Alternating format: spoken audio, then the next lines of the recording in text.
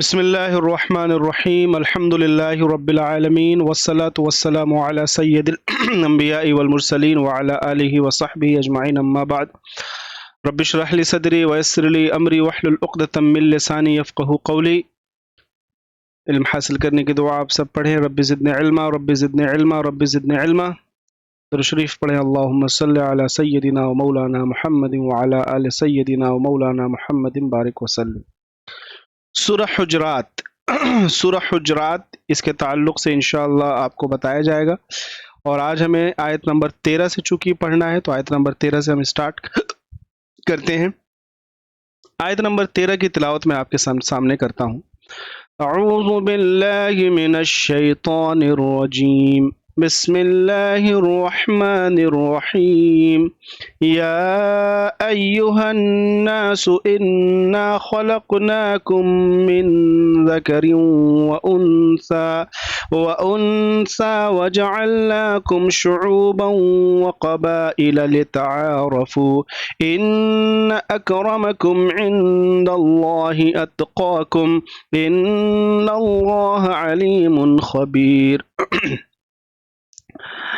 یہ آیت اس کا ترجمہ میں پہلے آپ کے سامنے کر دیتا ہوں۔ یا ایھا الناس، اے لوگوں، اے لوگوں۔ دیکھیے قرآن کریم میں اس طرح کے جملے آپ کو اکثر ملیں گے، یا ایھا الناس، یا ایھا الذین آمنوا، یا ایھا الذین کفروا، ان الذین کفروا۔ تو یہ قرآن کریم کا ایک انداز ہے، قرآن کریم کا انداز ہے کہ وہ ایک خاص انسان کی طرف اشارہ نہیں کرتا ہے، بلکہ اس انسان کا جو بیہیویئر ہے نا، جیسے کہ ایک انسان کا بیہیویئر یہ ہے کہ وہ ایمان لیتے آیا، تو ان لوگوں کے لیے قرآن کہتا ہے یا ایھا الذین آمنوا۔ انسان کا ایک بیہیویئر یہ بھی ہے کہ وہ اللہ کو نہیں مانتا، اللہ کا انکار کرتا ہے، تو وہاں پہ اللہ تعالیٰ لاتے ہیں ان الذین کفروا، یا ایھا الذین کفروا، جو بھی جیسے آیت ہو وہاں پہ، تو وہاں پہ ان لوگوں کی طرف اشارہ ہے کہ اے وہ لوگوں جن لوگوں نے کفر کیا، کامن بات ہوتی ہے۔ لیکن جب کہیں مراد یہ ہوتا ہے کہ وہاں پر تمام انسان ہوں، اور وہاں پہ جو آگے بات بیان کی جا رہی ہے وہ وہاں پہ کسی ایک خاص بیہیویئر والے کے لیے نہیں ہے، کسی ایک خاص جماعت یا خاص ٹیگ والوں کے لیے نہیں ہے، بلکہ اس آیت میں جو مخاطب ہیں، جن سے مخاطب ہوا جا رہا ہے، جیسے تو اس میں سارے کی ساری انسانیت ہے، سارے کے سارے انسان ہیں، پورے کے پورے حضرت آدم علیہ السلام کی اولاد، خواہ ایمان والے ہوں خواہ ایمان والے نہ ہوں، خواہ کالے ہوں یا گورے ہوں، خواہ عربی ہوں یا عجمی ہوں، کوئی بھی ہوں۔ تو جب اس طرح کی بات کے کامن تمام انسان کے لیے کہی جاتی ہے تو وہاں پہ اللہ تعالیٰ لفظ لاتے ہیں یا ایھا الناس۔ کیا لفظ لاتے ہیں؟ یا ایھا الناس۔ اور چونکہ اس آیت میں سورہ حجرات آیت نمبر 13 میں جو آگے ایک بات بیان کی جا رہی ہے، وہ بات بھی کسی ایک خاص ملک، خاص قوم یا خاص ایک طبقے سے نہیں ہے، بلکہ پوری کی پوری انسانیت سے مخاطب ہے۔ کیا کہا اللہ نے؟ یہ اے لوگوں، انا خلقناکم، اب ظاہر سی بات ہے یہ تمام لوگوں کے لیے ہے، کیا ہے؟ بے شک ہم نے تم سب کو پیدا کیا۔ اللہ تعالیٰ کہہ رہے ہیں انا خلقناکم، بے شک ہم نے تم کو سب کو پیدا کیا۔ کس چیز سے پیدا کیا؟ من ذکر و انثی، من ذکر و انثی، ایک مرد سے اور ایک عورت سے۔ اللہ نے اس پوری کی پوری انسانیت کو جو اللہ نے پیدا کیا، اور پھر ہم دیکھتے ہیں کہ کروڑوں کی آبادی اس روئے زمین پر ہے، عربوں کی آبادی، کروڑ تو کم ہے، عربوں کی آبادی، اس کئی ارب کی آبادی اس پورے زمین پر ہے، اور اب سے جانے کتنے جا چکے، جانے کتنوں کو آنا باقی ہے۔ یہ پورے کے پورے انسان کس سے پیدا کیے؟ اللہ نے ایک مرد اور ایک عورت سے پیدا کیا۔ کس سے پیدا کیا؟ ایک مرد اور ایک عورت سے پیدا کیا۔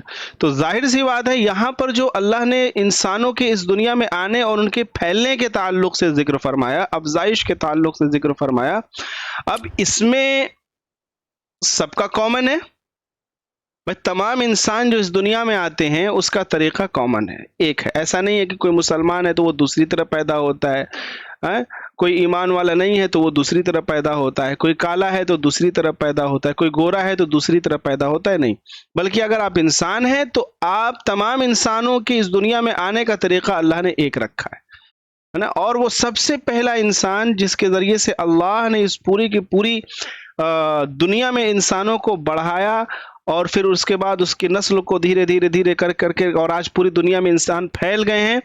وہ پہلا انسان کون تھا؟ وہ پہلے انسان کون تھے؟ حضرت آدم علیہ آدم علیہ السلام، السلام۔ آدم علیہ السلام، ہے نا؟ تو من ذکرن سے کیا مراد ہے؟ ایک مرد سے مراد آدم علیہ السلام، و انسا ایک عورت سے مراد کیا ہے؟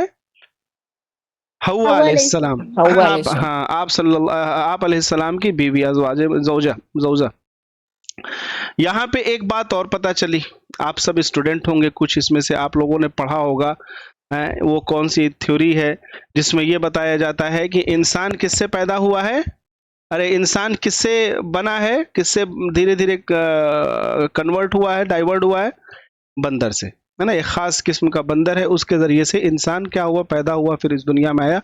یہ جو تھیوری ہے، یہ جو بات ہے، یہ ایک انسان کا خیال ہے جو بتائے، کیونکہ اس وقت جو انسان ابھی یہ بات بیان کر رہے اس وقت تو تھے نہیں، ظاہر سی بات ہے، اس وقت کون تھا؟ اللہ تھا۔ اللہ تعالیٰ ان ساری چیزوں کو جاننے والا ہے، انسان تو بس ایک خیال کر رہا ہے کہ انسان ایسے ہوا ہوگا۔ وہ بندر چار پیڑ پہ رہتے تھے، پھر دھیرے دھیرے زمین پر آ گئے، پھر اس کے بعد دھیرے دھیرے چار پیروں سے دو پیروں پہ چلنے لگے، پھر سیدھے سیدھے ہو کے چلنے لگے، پھر تھوڑا سوچنے لگے، اور ڈیولپ ہوتے ہوتے کیا ہو گئے؟ وہ انسان بن گئے۔ حالانکہ یہ صرف اور صرف ایک انسان کا گمان ہے، اس کا حقیقت سے کوئی تعلق نہیں، کیونکہ ہمارا پختہ عقیدہ ہے، اور عقیدے کے بالکل کمپلسری پارٹ میں سے ہے کہ ہم کس سے پیدا ہوئے ہیں؟ حضرت آدم علیہ السلام سے، حضرت حوا علیہ السلام سے۔ ہم سب کے جد امجد کون ہیں؟ حضرت آدم علیہ السلام اور حضرت حوا علیہ السلام، ٹھیک ہے؟ تو اللہ نے یہاں پہ تمام لوگوں کے تعلق سے کہا کہ اے لوگوں، ہم نے تم کو پیدا کیا ایک مرد اور ایک عورت سے۔ اب آگے کیا کہہ رہے ہیں؟ وَجَعَلْنَاكُمْ شُعُوبًا وَقَبَائِلَ لِتَعَارَفُوا۔ اب اللہ تعالیٰ کہہ رہے ہیں کہ اور ہم نے تم کو مختلف گروہوں اور مختلف قبیلوں میں بانٹ دیا، تقسیم کر دیا، ہے نا؟ تو آپ دیکھتے ہیں کہ مختلف قبیلے بن گئے، اس وقت بھی قبیلے بنے تھے، مختلف قوم بنے تھے، ہم کہہ سکتے مختلف برادریاں بن گئیں۔ ایک تو یہ کہ مسلمان ہیں، غیر مسلم ہیں، کالے ہیں وہ الگ، گورے ہیں وہ الگ۔ اس کے علاوہ ایک اگر مسلمان بھی ہیں تو مسلمانوں میں بھی کئی برادریاں بٹ گئیں، ہے نا؟ تو یہ ساری کی ساری چیزیں، کالا بنایا، گورا بنایا، چہرے مختلف بنایا، برادریاں الگ بنایا، قوم الگ بنایا، قبیلہ الگ بنایا، یہ سب چیزیں کیوں ہیں؟ لِتَعَارَفُوا، تاکہ کیا کریں؟ پہچانیں آپس میں ایک دوسرے کو۔ اگر سب کا نام سیم ہو جائے اور سب کی برادری سیم ہو جائے تو پھر کیا ہے کہ ہم آپس میں پہچان پائیں گے؟ پتہ چلے گا کہ میرا نام یاسر ہے تو دوسرے کا نام بھی یاسر ہے، میرے والد صاحب کا نام جو ہے وہی اس کے والد صاحب کا نام ہے۔ اب کہیں میں موجود نہیں ہوں، اب کہا جا رہا ہے کہ یاسر ابن فلاں، تو پتہ چلا یاسر ابن فلاں تو سب ہیں، تو اب کون یاسر ابن فلاں؟